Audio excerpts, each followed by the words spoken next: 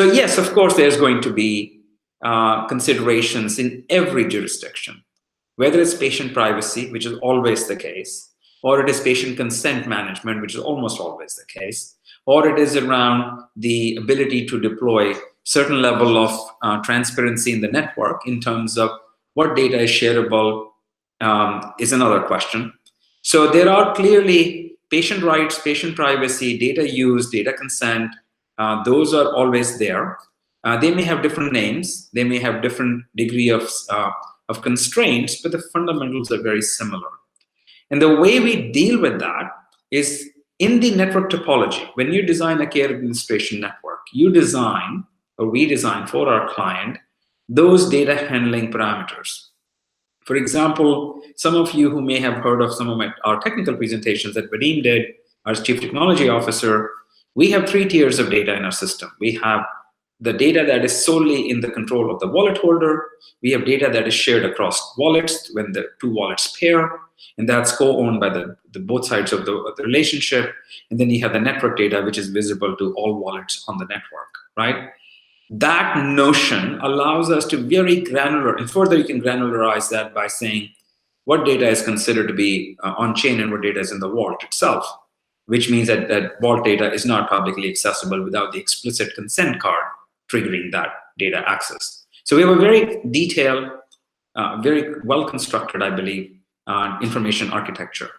So when we listen to our client needs and they say to us, for example, a pharma company we were talking to recently said, I need to have a complete Chinese firewall between me and the provider. And I also need to have a complete Chinese firewall between me and the patient.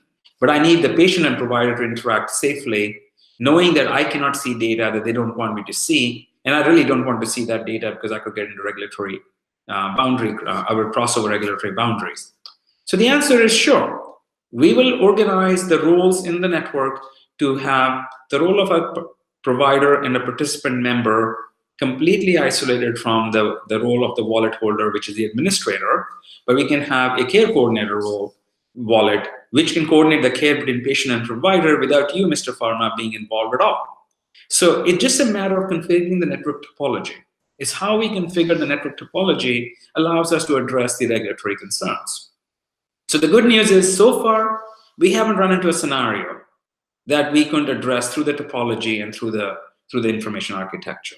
To the degree we run into something truly extraordinary, we'll obviously enhance the platform.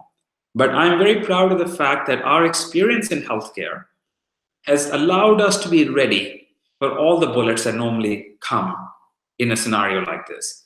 There will be probably in the future some surprise, something unexpected, and then we'll have to enhance the platform, either at the protocol level or at the wallet level to deal with it, or at the vault level most likely.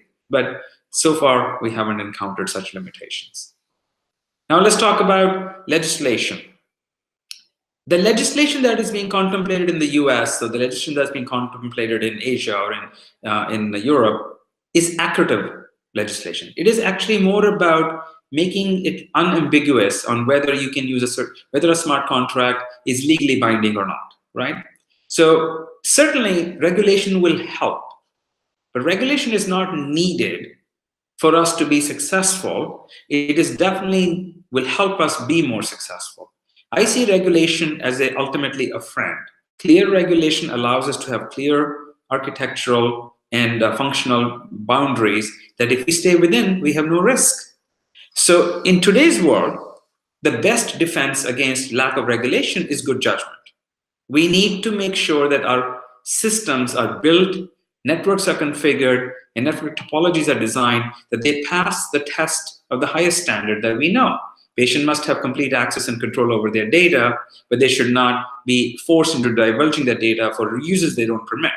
So if we use those basic constructs that already exist in HIPAA and GDPR, and we stay true to them, and our client agrees that that is reasonable protection we are taking, then we are really doing nothing more than implementing good business processes or improving business processes that exist today anyway. So I don't see lack of regulation as a barrier. I do think that good regulation will help.